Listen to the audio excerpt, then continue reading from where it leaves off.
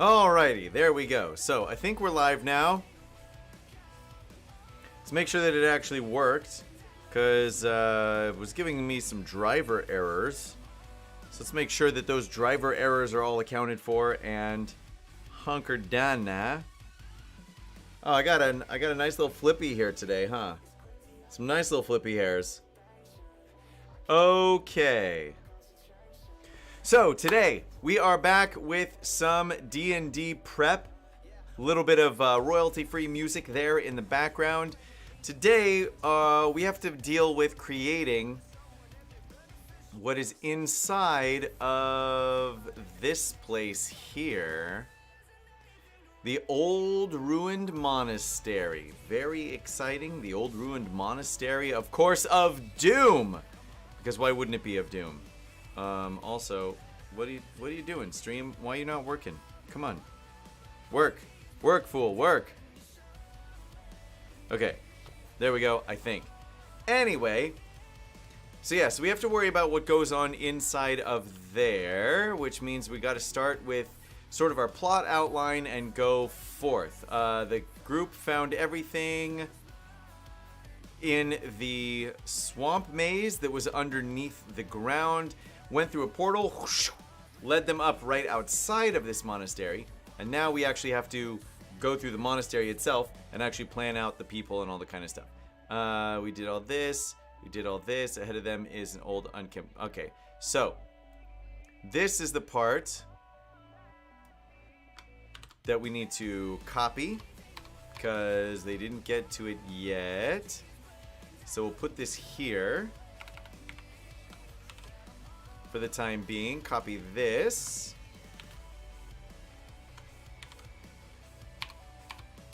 And we are on session 13 now. Okay.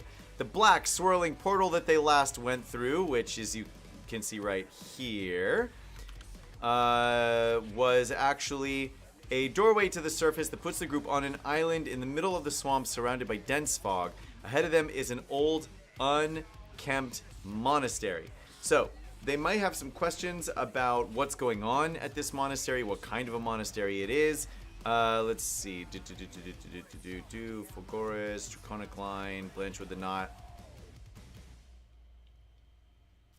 Alright. So, they may have some questions about what's outside of the monastery, but we're going to work a little bit backwards here. First off, we have to figure out what happens inside of this monastery in general.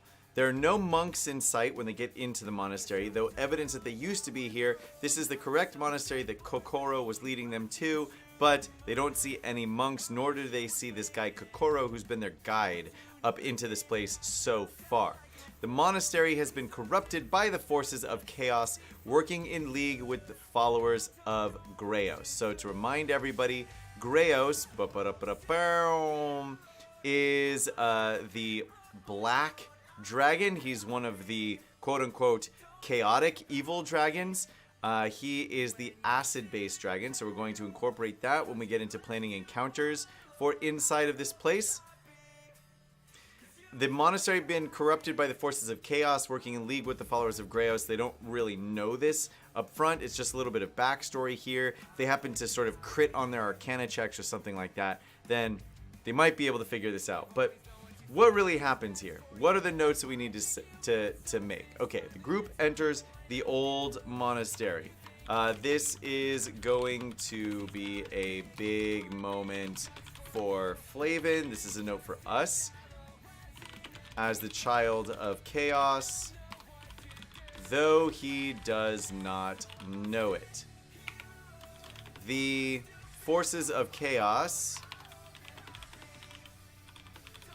will not attack him, but they will attack his comrades, including the follower of Argentum and the child of Prime, or however I built that up, however I talked about that, doesn't matter.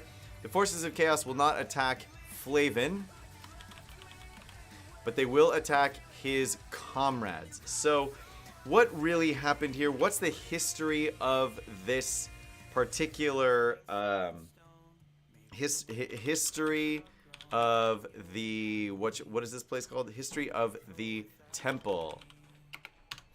Okay, it used to be a monk temple of the astral plane. Is that how this works?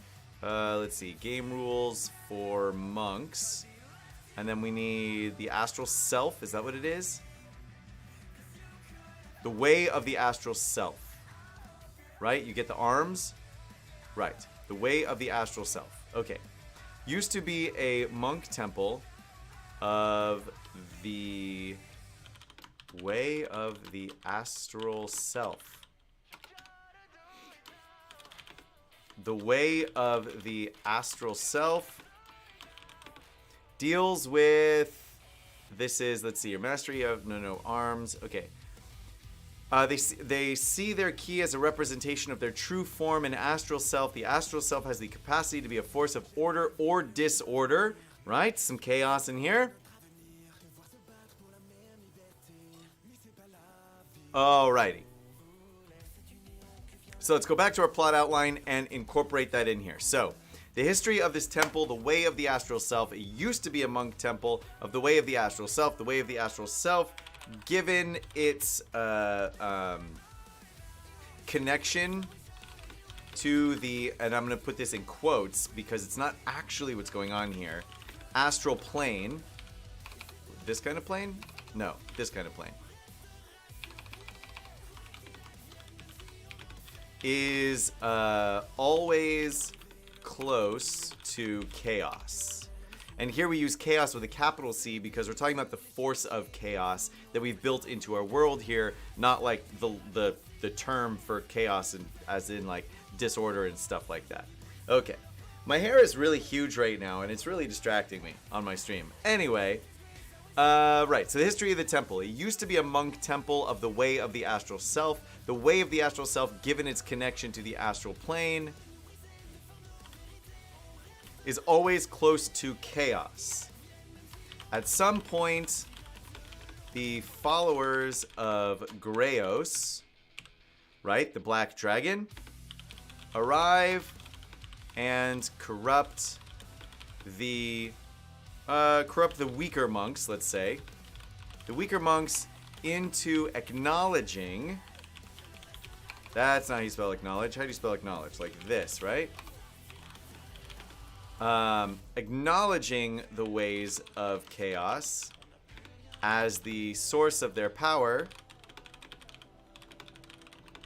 And the other monks are expelled. But what is really going on here is that chaos itself, right? The personification of chaos here is, let's see, where do I have this whole history? The Circle of Prime, is it in here? The Essence of Void, Chaos? Yes, right. That's what is happening here. Okay. So, at some point, the followers of Greos arrive, corrupt the weaker monks into acknowledging the ways of chaos as the source of their power, and the other monks are expelled. So,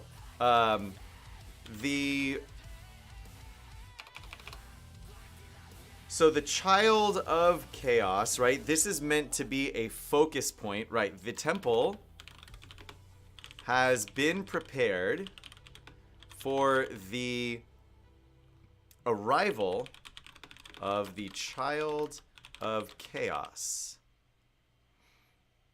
So there's going to be several rituals in here in the temple that they'll probably have to shut down in order for this to stop working. Otherwise, they might lose Flavin forever, right? Ah, yes. The group, the adventurers have to stop several, oh my god, what was I saying? Rituals. Have to stop several rituals in order to save Flavin from becoming Chaos's... I'm going to call it Chaos's apostle, maybe? So, During our time in the temple, Flavin receives a bonus to all his skills in accordance with how many rituals remain. So if they leave all the rituals, Flavin's really powerful. But if they don't get rid of all of the rituals, then Flavin is lost to them forever. So that's what's starting out here. Okay. So we're going to need a good map of inside of this temple, and we're going to do things similarly to the way that we did things here. We're going to keep the group traveling as a group, but then we're going to have a series of battle maps that we can branch out to, maybe 2 or 3 of them, in order to cover what happens when they get into an actual battle. This actually allows us to, unless we find a temple that's just set up like to perfection, this allows us to actually give things a greater scale, I think, because a lot of times it can feel kind of silly if the group is like can only go one person down the hallway at a time. That means the hallway is 5 feet wide, but even if the hallway is 5 feet wide, people can walk next to each other. There's lots of reasons why we do this. If you want me to explain further, I will, but for now, let's look for D&D temple map and see what we can find here. Now we've already gone and found one temple. One of the things we want is for these to be large. Please and thank you. Okay, so here's a literal temple. Don't like this one. We need it to have some branches in it. This one is actually kind of interesting, right? And we could take this and say there's branches into each of these rooms. But it actually looks literally like something we don't like. Ooh, this would be an interesting one. So they go into the temple. And so maybe there's 3 rituals. One to the left, one to the right, and one up to the top. I like this one so far. It's very, very simple. And it means that we can have these 3 rooms off to the side and up to the top where we can actually have battles ensue. Kind of like this one. We may come back to this. I don't know. Ooh, that is huge. And it looks like a bunch of a mess. That's not what we're looking for. That is not what we're looking for. This is... Actually, this could work, right? Maybe the portal takes them out here. The entrance to the temple is here. Then where are there stairs? Doesn't seem like there are stairs really anywhere.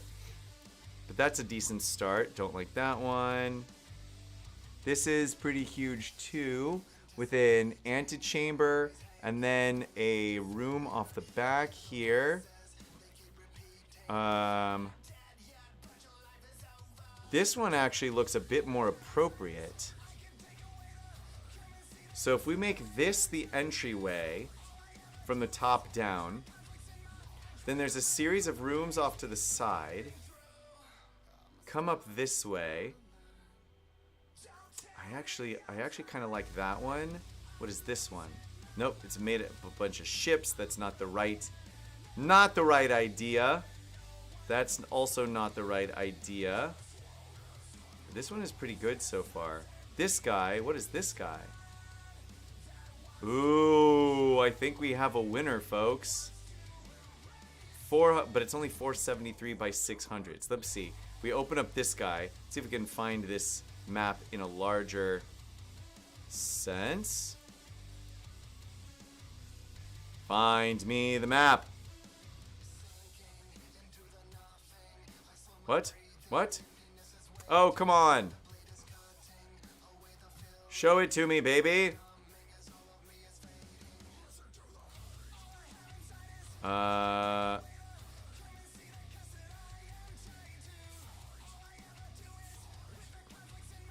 You know, they always make these things really, really hard to go and find. Or really, really hard to go and get. This map is ideal for guiding the Avenger Mysterious Church, right? Pretty close. But I can't actually see it, and I want to steal it without having to pay for it, which is something I shouldn't do, so it's probably pretty good that they make it hard to do it. If I had more money and was getting paid to do this, then I might change my mind about the whole thing. But anyway, But I digress. Let's get back into this and see if we can find... We'll quickly just rush through a bunch of other ones to see if we find anything that's better than that one up top. This was that image from Pinterest. Here we go. This is... no. Open image in new tab. So this would work as a decent entryway into the temple with a series of rituals and all these antechambers. I think this one is going to work. I think this will be it. Yeah, so let's take this. We're going to copy this image into Photoshop and see what we can make it do.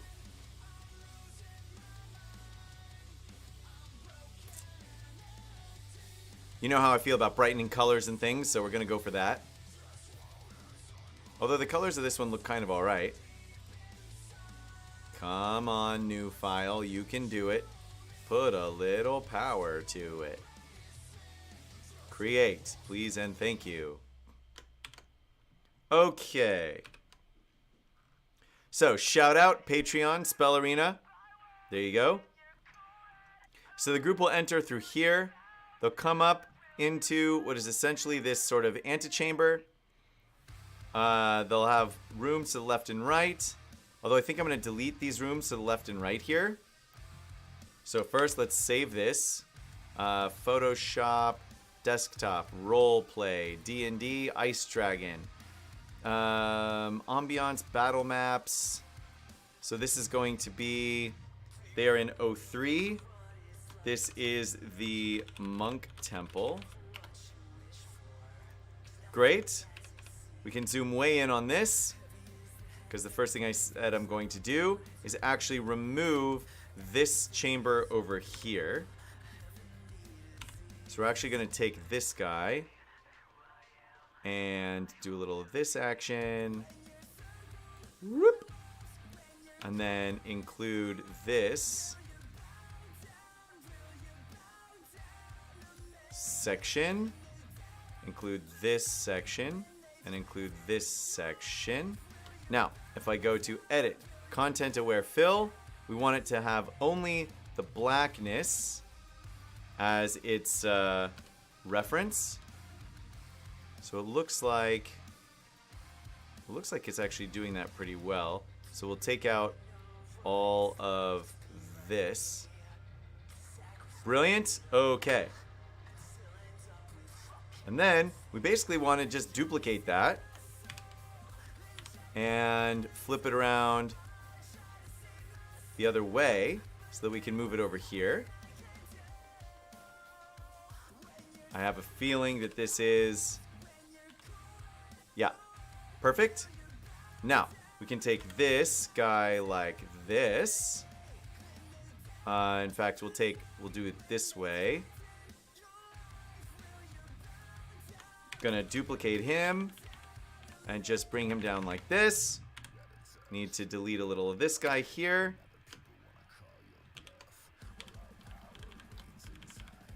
So that we can just sort of match that up a little bit. That's perfectly fine, methinks. But because we are slightly of a perfectionist nature, we are going to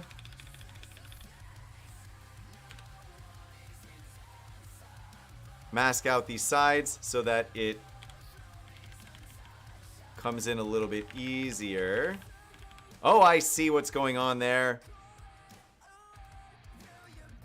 We need a smaller layer mask, apparently. So we need to do just that much there. And just that much there. Great. Now we can flip that around and move it over here this way. So now the group has a nice long entryway into the temple. Brilliant. The first room coming in over here to the left and right. Then moving up here this way. If I get rid of the middle rooms, or if I go 1, 2, 3, 4, maybe get rid of this room and this room. Yeah. Oh, I think that's what it is. So they have 1, 2, 3, 4. get rid of this room and this room, because there's like some sort of barrier here. Oh, yeah. Okay. All right. All right. This is starting to make some sense to me.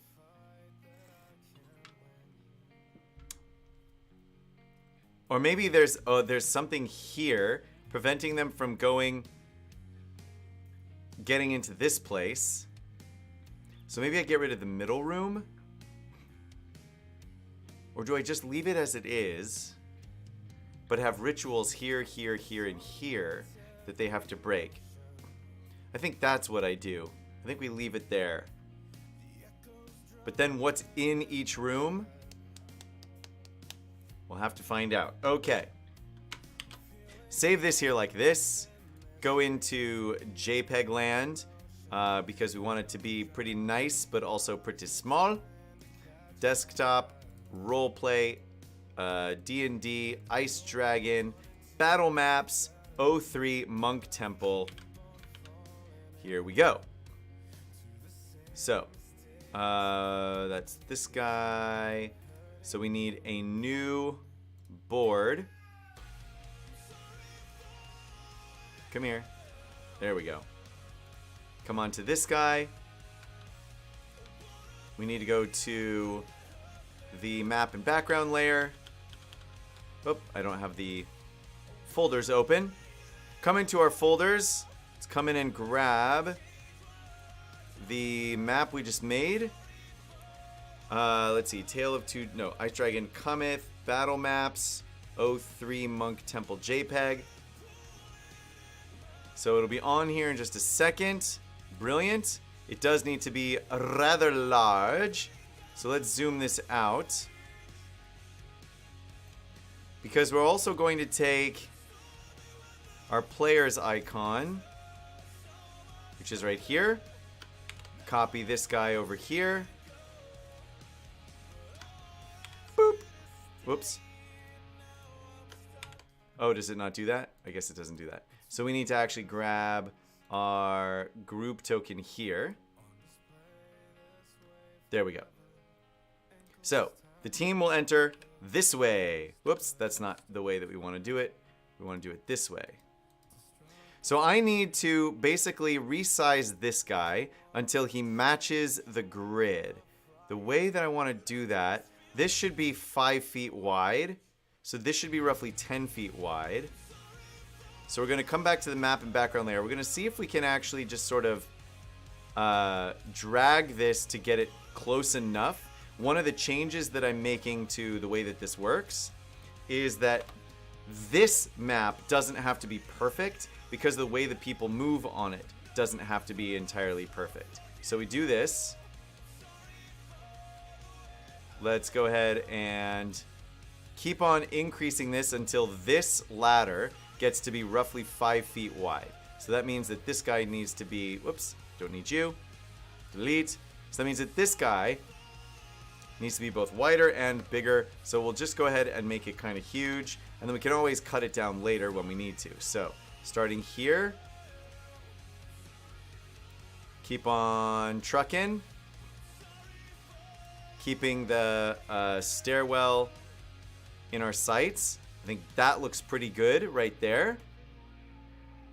So this is going to be the rough size of everything. So it doesn't line up exactly, but that's okay because we're actually going to turn off the grid.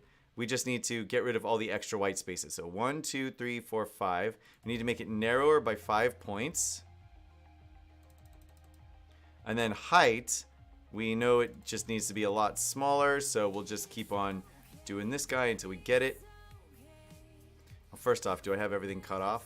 No. Okay, so that's there. So we need 1, 2, 3, 4, 5, 6, 7 shorter. I keep clicking. I keep clicking on the wrong thing all day. Okay, 7 shorter, right? 1, 2, 3, 4, 5, 6, 7.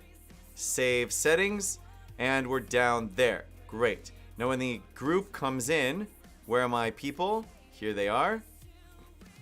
When the group comes in, they will come in here.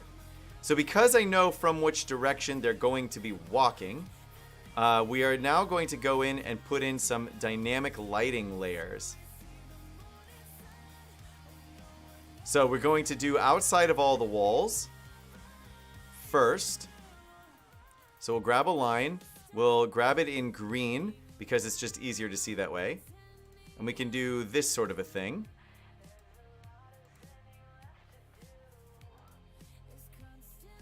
And just outline the entire place. It's a little bit of overkill doing it this way, but it's what I like to do for my players. We can just keep on going straight this way. Can we keep it going this way? No. We need to do this. We do need to keep it relatively rough. Outline of the actual building, because we don't want them to be like seeing through walls and things. Keep it going like this. Keep it going like this. And we'll show you how this actually changes things once we're done doing it. And truly awesome feature of Roll20, if I do say so myself. Okay, move this down here like this.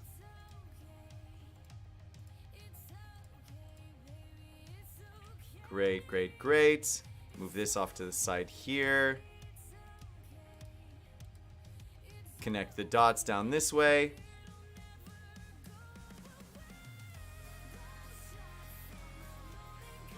Alrighty. And then we're gonna have to go in and do those inside areas.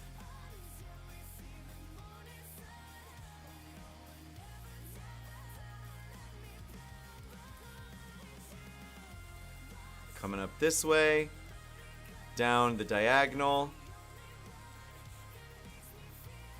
and then we'll come down here like this.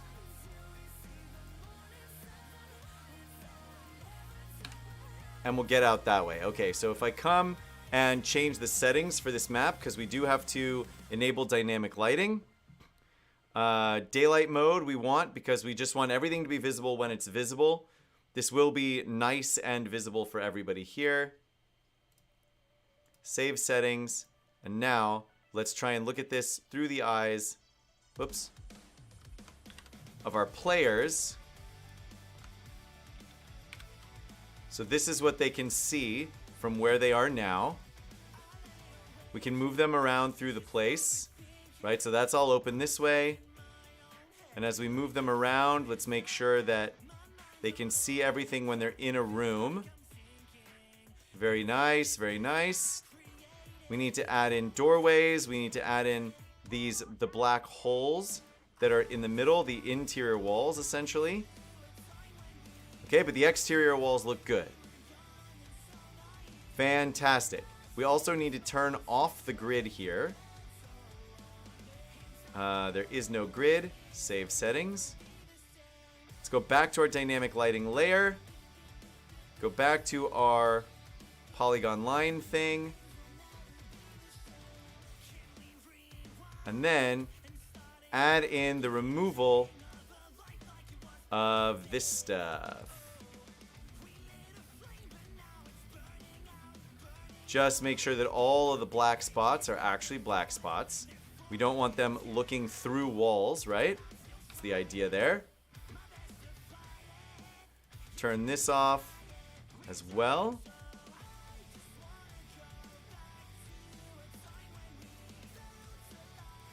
Okay, okay, okay.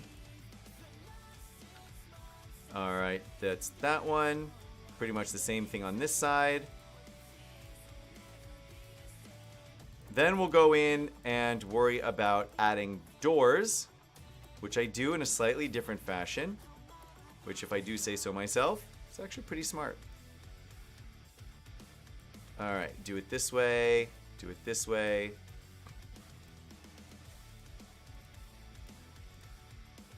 Now the thing about doors that can make doors hard is you have to know where to put the vision blocking mechanism.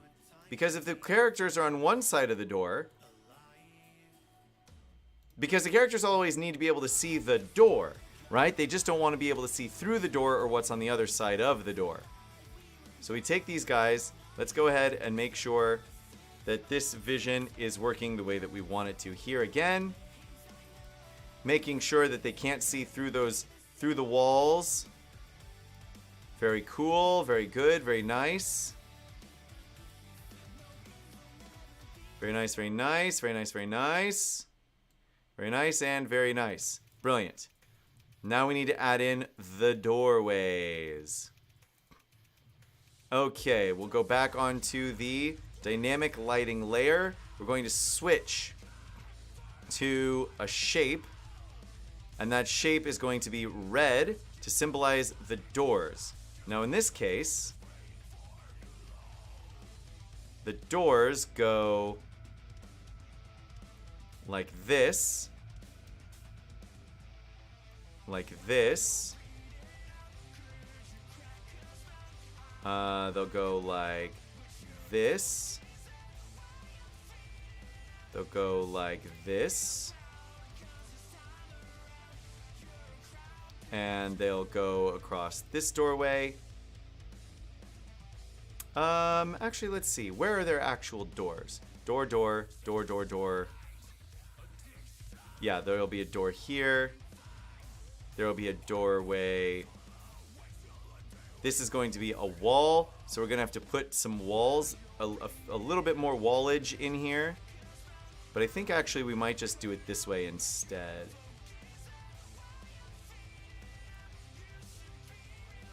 And that way, when they remove these, they should be good to go.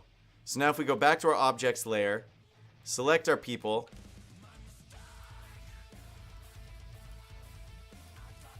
I can come here. Yeah, there we go. All right, so let's see what they can see now. We come up this way. We can see that there are these doorways.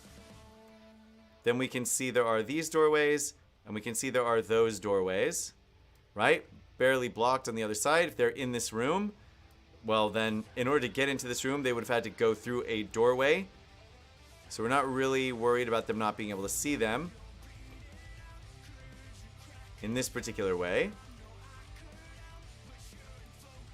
Okay, very neat. Very cool. Very cool. Back to our map and background layer. We are going to include a zone around this one. Map and background layer. We want to do a, we want to draw a line. We're going to make this one something of a chaos color, which I think is currently represented by like purple and black for me.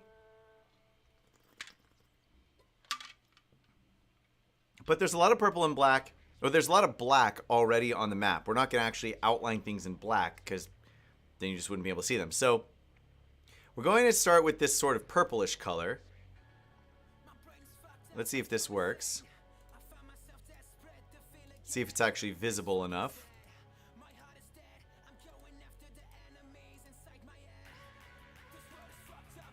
Looks like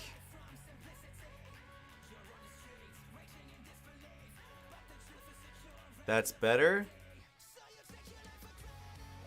Make it extra large. Very cool. Now let's make it, give it a little bit of a lighter color on the inside. Basically, we just want them to have a couple of things to be able to see over here, because this is like a barrier holding in basically the last ritual from happening.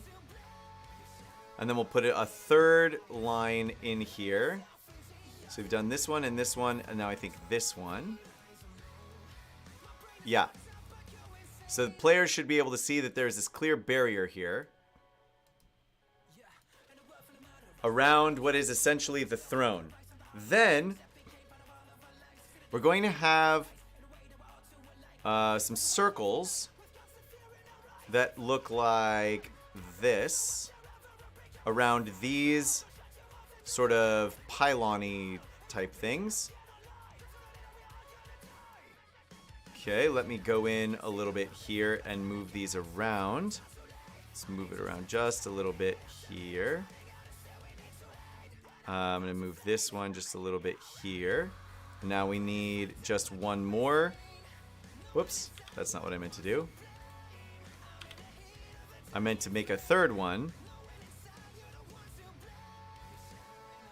White, come here. Select the circle tool, please. Thank you. And we'll make a slightly smaller one. But I should have done it the other way around. Because I need to be able to see the... No, stop. Delete you. Delete you. Because I need to be able to see the pylon itself. Maybe I just have it so that they are... Ooh. I think I have a better idea. Okay, let's come over to Photoshop here. I'm going to take this guy. And I want to turn off the pylon. And then have a way to turn it on. Basically have it turned on. So right now... that's actually going to be a fair amount of Photoshop work. Not that I can't do a fair amount of Photoshop work, but... yeah, that's not really the case.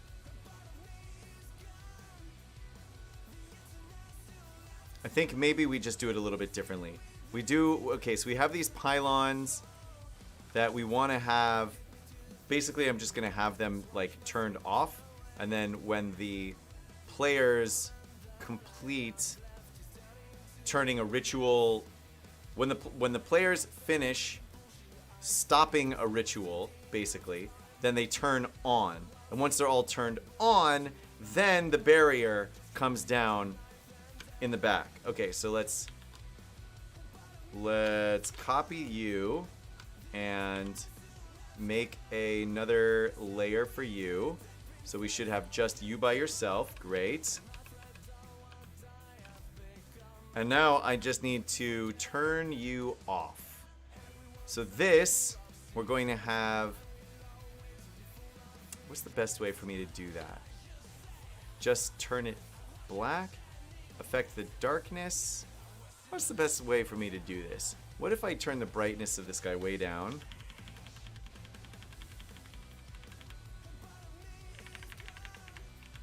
Turn the contrast way down.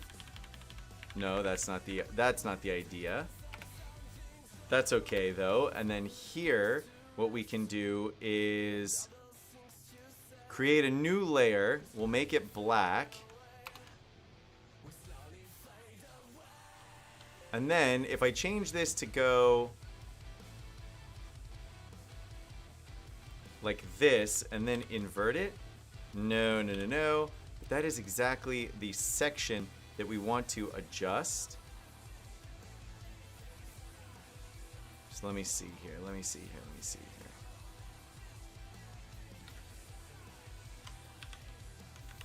reset this. Let's turn this down for a second, because I think what I'm going to have to do is just do something like this. Take this all down.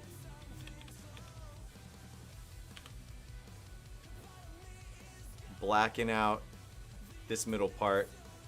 Now for you as well, we're going to need to make sure that the edges are here. So yeah, so there we go. A little darkness descending on this torch.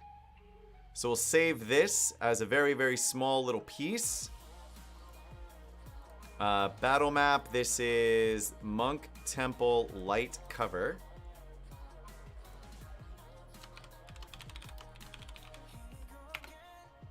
Now, can we come out here and on our map and background layer, grab the light color, cover. And we definitely want to, whoops. We need to make sure that we can stretch this to exactly match its place on the ground. So the best way for us to do that is going to be to try and match the width. How about that?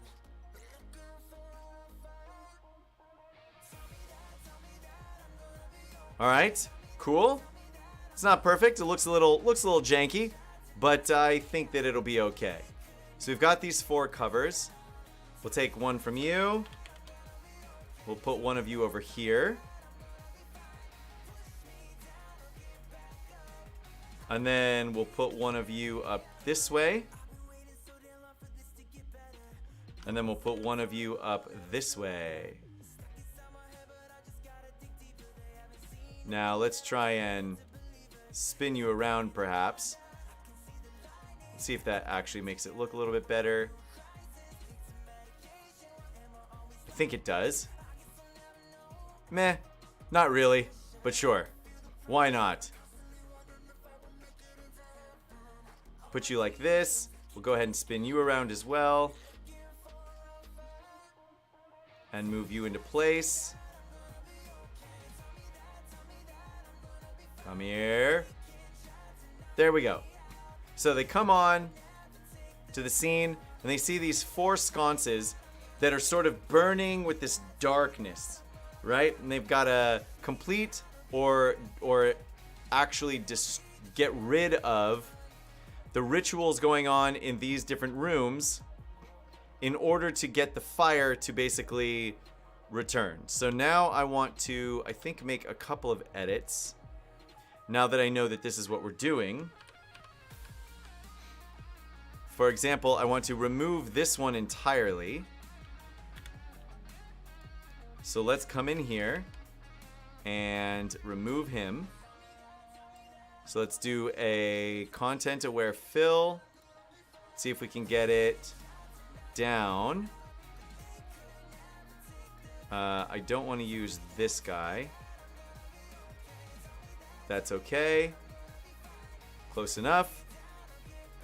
We're going to do the same thing over here. Okay, edit content aware fill. Alright, maybe not. Cancel. Let's do this again from here then. It's on the wrong layer, I think. Yeah, so we want to not include this guy. And we want to not include the skull. Great. Okay. So now we don't have... So now we have the sconces in 1, 2, 3, 4 rooms. We've got the original sconces here. Dark sconces up there. And I'm going to be right back because I got to pee.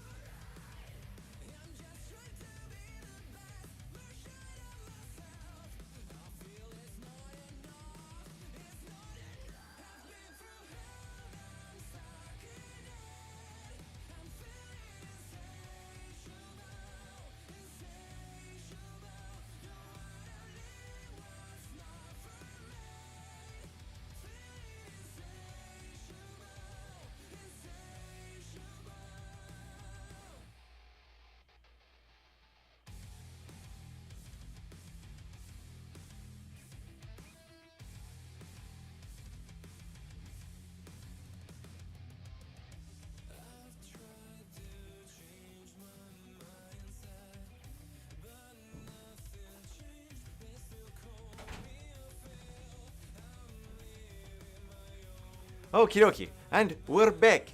Now, we have covered these 4. We have these 4 torches burning 1, 2, 3, 4 down here. So there's got to be a ritual going on here, here, here, and here that will effectively remove that barrier, right?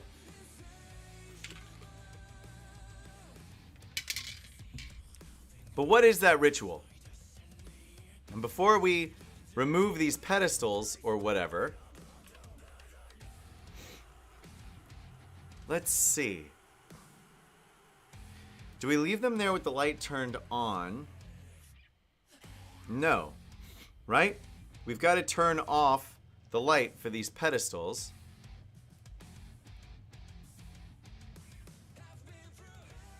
So yeah, I think I'm actually going to do a little something like this here. First, I'm going to take this. I'm going to copy this. I'm going to come up here.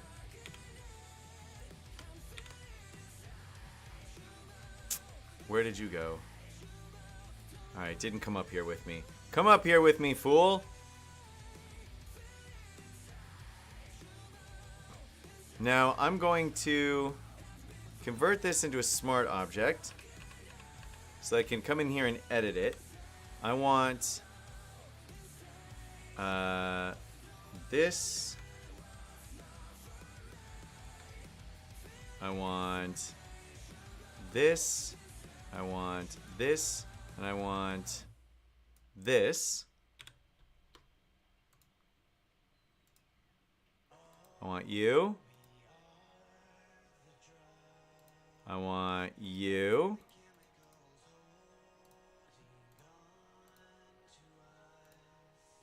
I want you. And I want you. Okay. I want to select the inverse of that because I want this. Brilliant.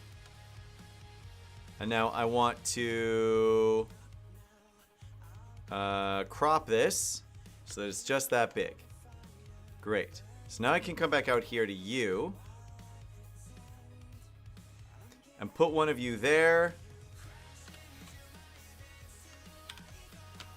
and put another one of you over here.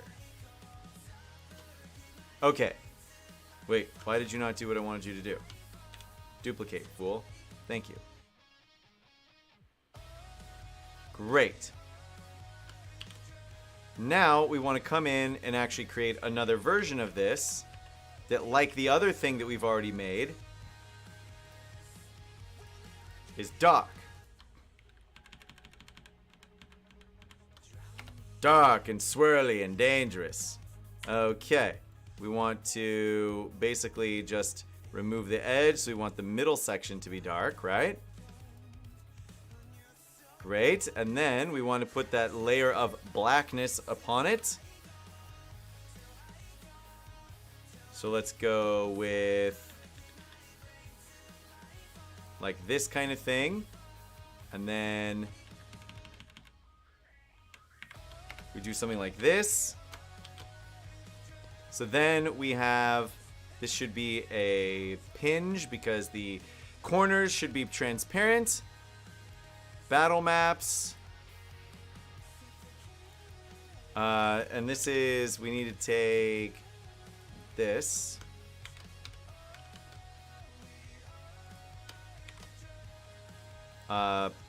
This is, we'll call this ritual cover.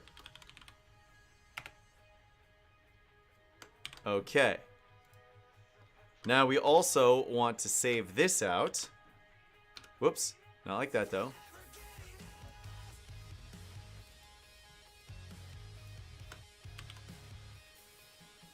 We want to save it out like this.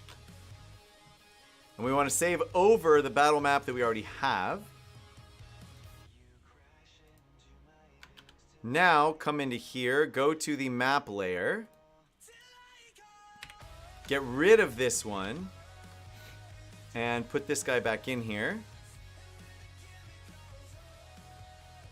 He's going to be by default on the top. Let's see, let's bring back the grid for just a second. Grid on, save. Let's see, this was battle screen. This is O3 Ruined Monk Temple.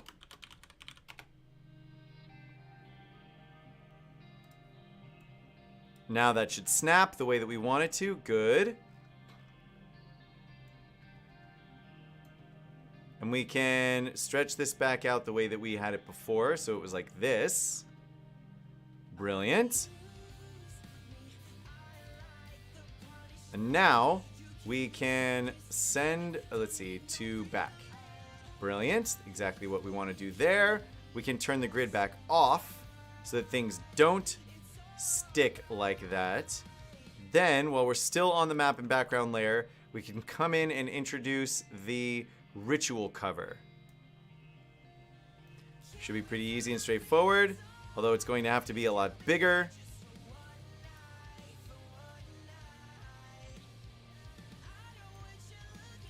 Alright, great.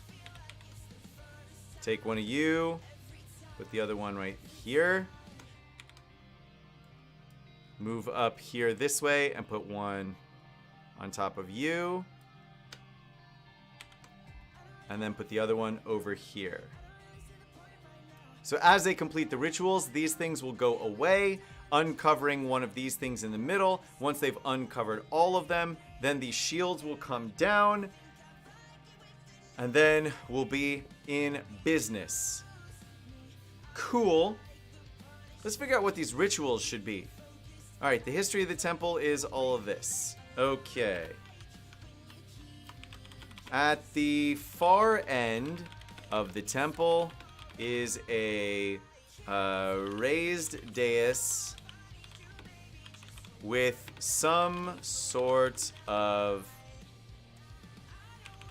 MacGuffin that we'll fill in a second going on. Protected by a magical barrier of some sort. In the middle of the room in front of this MacGuffin, we'll probably figure out what that actual MacGuffin is on another day, but for right now, in the middle of the room in front of this MacGuffin is a series of 4 torches, each burning with a dark flame. Each of these flames corresponds to a ritual that must be shut down in each of the 4 rooms to the sides of the temple. So we have all that. Then we have to figure out what those 4 rituals are and how they shut them down. Okay. Ritual 1, Ritual 2, Ritual 3, and Ritual 4.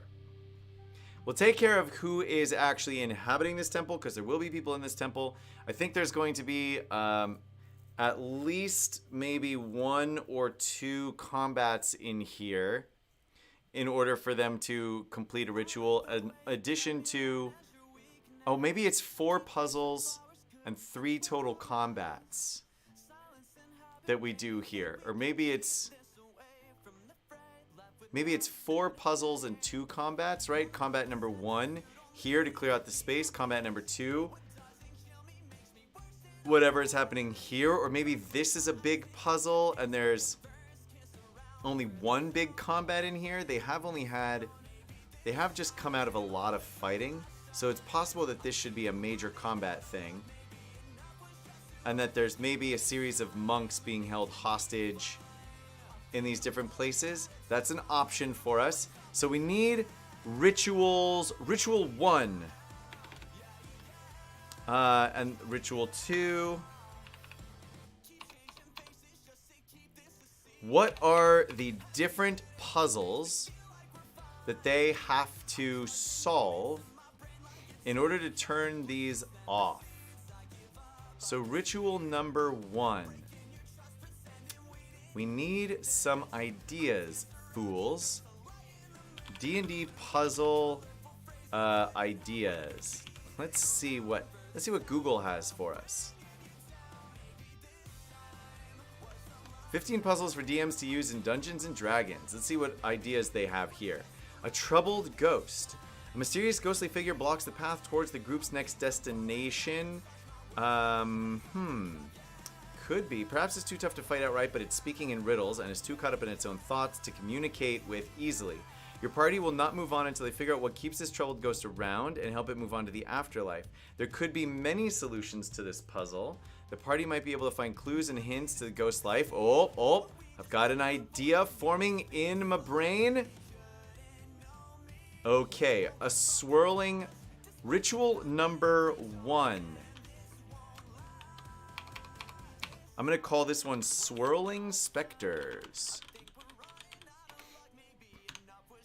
A cloud of spirits seems to be circling around the central flame.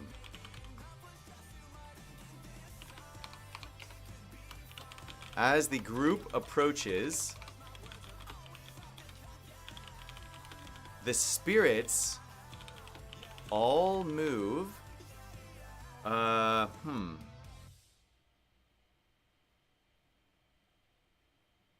What would this be? What would this be? What would this be? As the group approaches, the spirits do what? A cloud of spirits seems to be circling around the central flame. Around the room are a series of mirrors that have been covered in large cloths, turned backwards, or smashed. The group will have to turn / reveal / fix the mirrors to face the spirits, and then the spirits depart, and the flame glows brightly.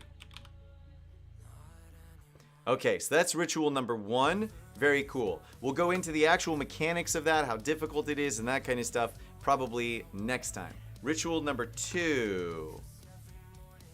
Ritual number 2. Let's see if we get ideas like moving maze. This could be something, right? There's 5. Maybe there's something like there's 5 statues here that are. Maybe are they sliding into different spots? Are they revolving? And if they're moving like this, then what's the point of that? We focus the mirrors on the spirits. That takes care of that ritual perfectly fine. But what would this one be? What would this one be?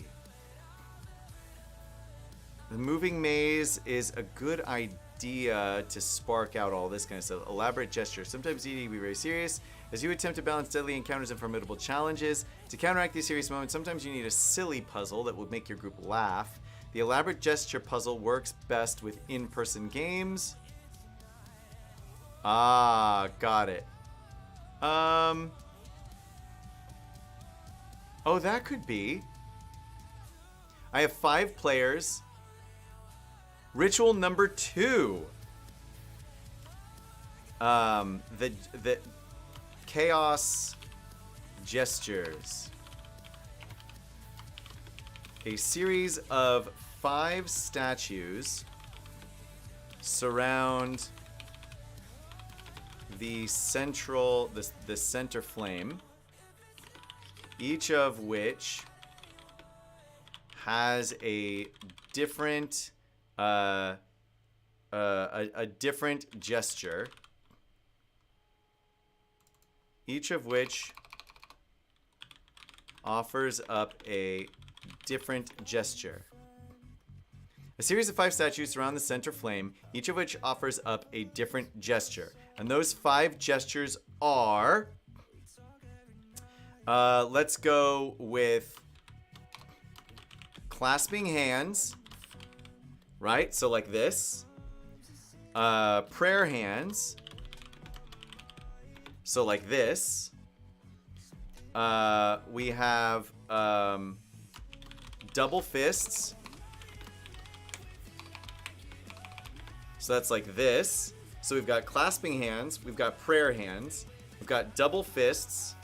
We've got maybe there's something like one of them is making a V like this.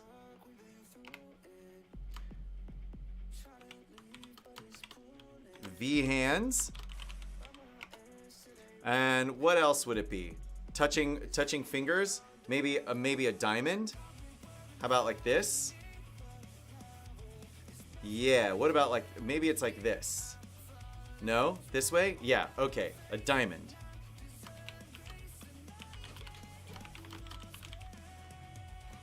The group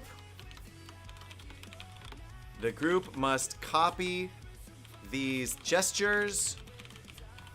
1 person per gesture to make the flame glow brightly. Hi, baby. I think I'm all by myself right now. Oh my gosh. I need more ideas for this though. If you would like to help me. I want it to be a taskmaster something. You have no idea how much I want them to like do something only using this one object, or like do something without touching it. But all 5 of them have to do it in order for this to work. Happen. That's a great idea. So like a team thing, one of the team tasks. I actually think I might have them do that at level 4 at some point. Like they meet like some king who says like, I have a series of tasks for you. And then they all have to do them, and then the king will judge them. And then at the end of the whole thing, it's completely irrelevant anyway. Yeah. And he's like, you have amused me. I mean, it could be something, just a brainstorming. In one of the rooms, there's a bunch of like small marbles or small somethings around the room, and they have to get them onto the altar, but they're not allowed to touch them with their hands. You can't put skin on them. Oh, that's a good idea. Because then all of them can be running. Like there's 100 marbles around the room. Yeah, so the difficult thing is they have to be able to like roll to figure the things out and sort of use their brain, and we can't have them. I guess it's more of a role-playing moment. Yeah, the difficult thing is that they can't. There's no hilarious video footage of them doing any of these things. Right. And so once they figure out a way to accomplish a particular task, then they just do it. Then we can say like, okay, well you can only do that once, but then they just say like, and now I do that because I know I can do that. Right. But that's a good idea. I'll have to figure out if there's a way to incorporate that. So let's see. They have. Not for this one, though. No, not for this one. It's a great idea to have a balanced party, but having someone tough to handle these things. The body swap, inspired by the classic episode of Futurama. Your players encounter a mysterious machine that, once activated, begins to swap the minds of your characters into different bodies. They have to figure out how to get everyone back into their original body. I don't think that one doesn't spark me for this one. The box with many locks. Party has to figure out what keys will fit into the locks and what order they should turn them. That could be the 2 guards. One guard tells nothing but the truth while the other tells nothing but lies. The party has 1 question to figure out which door leads to safety. Which door would the other guard tell me leads to safety? Yeah, that's a pretty classic one. So if they know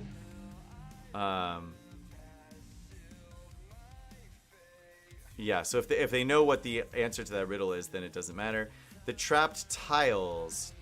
Your players enter a room gridded with tiles. If the party steps on the wrong tile, the floor crumbles, and they're teleported back to the start. The solution might be a specific pattern, such as letters on the tile spelling out a word. That could work. So, like, one of them is just sort of covered, and they have to just get to it.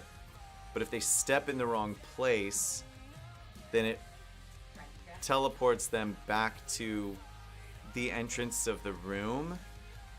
That could work.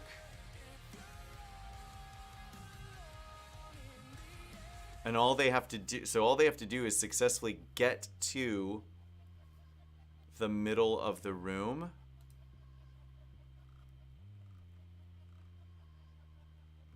Yeah, I could do that. So, okay. The path of cleansing, we'll call it that. The flame in the middle of the room is covered by a simple hood that the group must remove.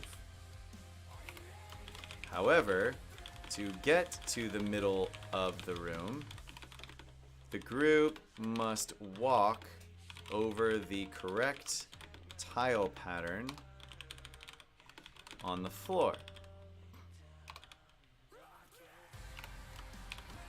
If the players skip a tile, either by jumping or flying, etc., then they are teleported back to the entrance of the room. If they step on the wrong tile, they are also teleported back to the room's entrance. I'll have to figure out exactly what the key is to them solving that puzzle later, but that's the gist of that one. And now 4. The riddle door. That's just, do you know the riddle or not? The runes. I did it. Yeah, I did that for the last one. The anti-puzzle. Once players press the button, the numbers begin to light up, counting down. If the button is pressed again, the countdown resets. The easy solution: let the timer reach 0 and the door will just open. Oh, that's hilarious. That's actually really, really funny. If your players are used to complex... Yeah, so there's like a dial on the wall that starts to go down. Tick, tick, tick, tick, tick, tick, tick, tick, tick, tick, tick, tick, tick, tick, tick, as the players enter into the room. And the trick is that they just have to let it reach 0. That's actually really, really funny. Yeah, I like that. Okay, the anti-puzzle. So we'll add this one in. Where's my plot outline? Here we go. Ritual 4. The anti-puzzle.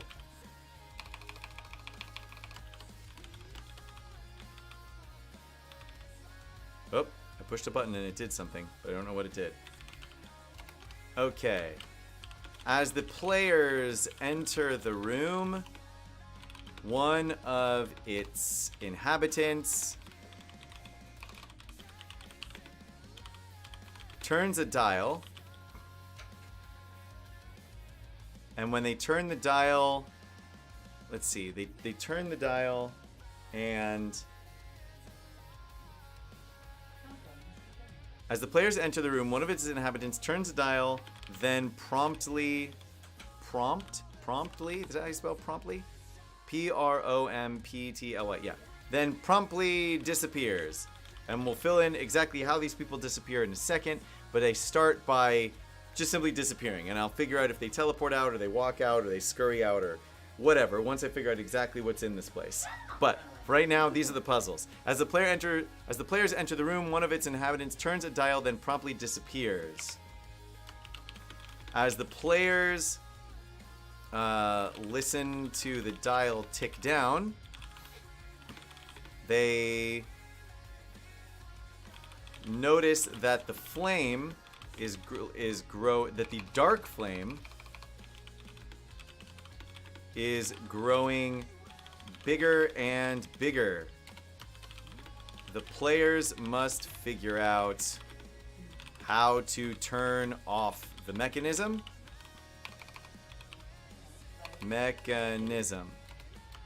In reality, they just need to wait until the dial reaches 0 and the dark flame goes out. And the dark flame goes out and is replaced by the bright one. Okay. As the players enter the room, one of its inhabitants turns a dial, then promptly disappears. The players listen to the dial tick down, and as it gets closer and closer to 0, the dark flame is getting bigger and bigger and bigger. So then they'll turn the dial, and the dark flame will go down a little bit. The players must figure out how to turn off the mechanism. In reality, they just need to wait until the dial reaches 0, and the dark flame goes out and is replaced by the bright one. Cool. Now, let's worry about who's actually in this monastery. There were a number of creatures that I had found from before. So if we go into my encounters and look at who is in this place, I had found a bunch of people before that I think I need to bring back in here. Now from our last game session, we had 2 lizard men and the shadowy figure. Yeah, so I'm gonna have to create a new encounter here. This is going to be called, name your encounter. This is O3 Monk Temple General, generic. And this is going to have, let's see, I think it's humanoids. I think they're all humanoids. Environment, they can be, that's not really what I'm interested in. The source will, okay, the source, I've got to lower these things down, otherwise I'll have way too many things to go through. That's not what I want. Explorer's Guide to, I think it's Waterdeep or something like that. Guildmaster's Hoard of the Dragon, Infernal, Lost, let's see, here's the Monster Manual, Mordenkainen's Fiend, the Player's Handbook. We include Talish's Cauldron of Everything, Volo's Guide to Monsters, and Xanathar's Guide. Alignment doesn't really matter to me. Challenge rating will go from 1/4 up to, I think it's like 3 or something that I was looking at. Now, what I was looking for here, okay, we can add, for the time being, we can add an Acolyte, because we know those are always generally useful to have in there. Archer, Bandit Captain, Berserker. But there should be some sort of converted monk something or other in here. So Cult Fanatic, we can add those, and then we can go back in and really look at what all these things are that we're adding and take some of them out. Deep Gnome, Deep Scion, those were not what I was looking for. Drow, Duragard, no. What is a Githyanki Warrior? Multi-attack and Greatsword, that's not really the thing. Gizrathi, Githzerai Monk, Lawful Neutral.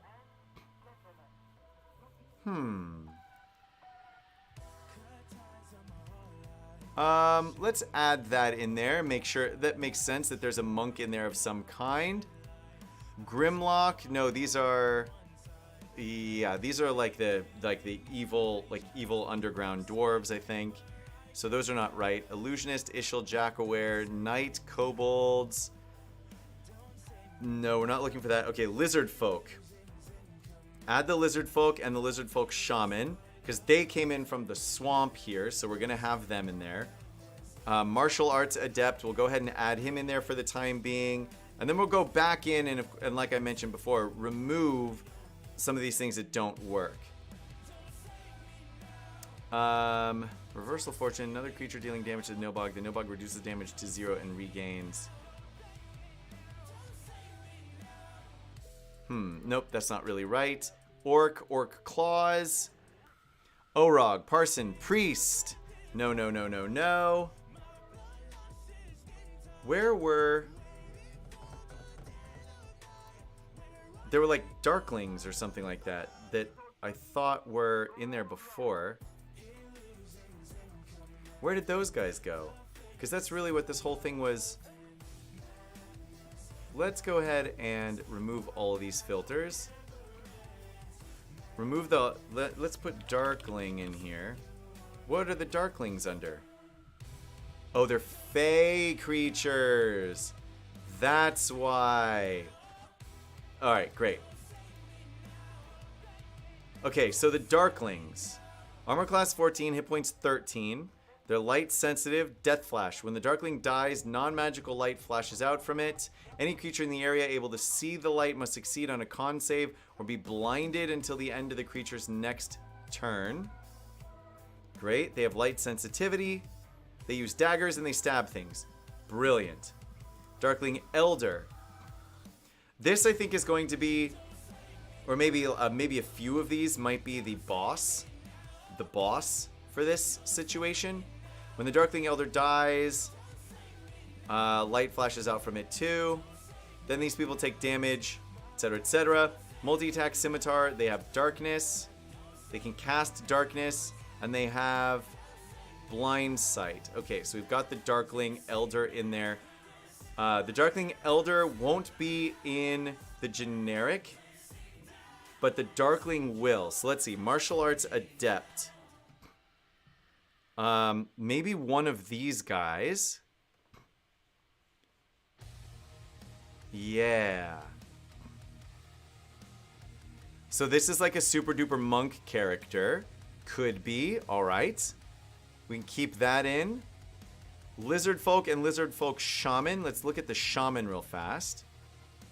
Multi-attack, bite, claws, change shape. Spell casting to do... I don't think we want the Shaman in here. Conjure animals, plant growth, heat metal, spike growth. Druid craft, produce flame, thorn whip. No, I don't think that's what it's going to be. I think we'll have plain lizard folk. We won't have the shaman in the generic ones. The Githzerai monk is probably also not right. Ooh, although could be. Psychic defense. Yeah. Alright, so that's what we're going to have in here. Cult fanatic, I don't think we're going to include. Nope. Acolyte. Acolytes. I don't think we'll include. Because it's not that kind of a temple. Okay, so the Acolyte is gone. What I need is like a really weak monk character. So I'll use the Githzerai monk instead of this guy. And I think the lizard folk. So it'd be pretty standard fighting with some Darklings here. Darkling, Lizard Folk, and Darkling Elder. That's what I think is going to be the generic fighting situations. The Darklings and the Lizard Folk are the easy ones. So we'll put upwards of 4 of them in a particular combat and upwards of like 3 of these Githzerai monks. And we'll go ahead and save that. Now, we want to do... Great. Now we come into the encounters and we go for a new encounter, 03, Monk Temple Final. Because we got to give these people a boss fight. They're going to need the boss fight.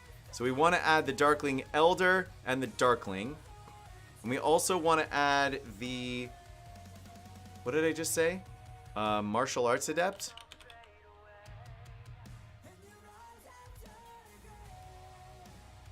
That takes things way over the edge there. But they've been absolutely demolishing everything so far. So if we remove that, The Darkling and the Darkling Elder. Oh, no, no, no. I remember I had said that it was a series of Darkling Elders. So if there's 2 of these guys, that's 27. That's 54 points of damage. They can each cast Darkness. They have multi-attack, and they have this Death Burn situation. I think there should be a series of them. And a bunch of little Darklings. I think it's just like 3 or 4 Darkling Elders. Maybe that's what it is. And they cast Darkness. Whoosh, whoosh, whoosh.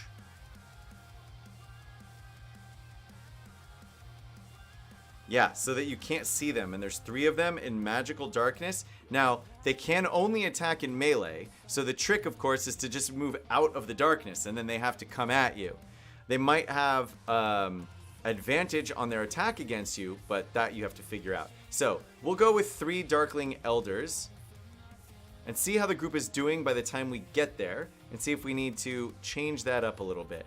And where are these fights going to take place? Maybe there's a generic fight here in the middle. Maybe there's a generic fight here on the sides. But we can have the Darklings in here just rooting around. Yeah. I think that's what it's going to be. And I have to figure out exactly what sparks yeah, I have to figure out exactly what sparks the people fighting them. So we'll do that next time. And then we want to make a note about treasure. So let's see. Here's the rituals. Treasure for completing, or treasure for what is the word? Cleansing the temple. We want to make sure that Lex gets a piece of her puzzle box. And we fill in more stuff later. But we'll figure that out later. For now, that's where we're going to stop. And I'm going to go get myself some lunch. Stop talking so much, because my voice is actually pretty sore right now. But we'll be back tomorrow with, what is tomorrow? Friday?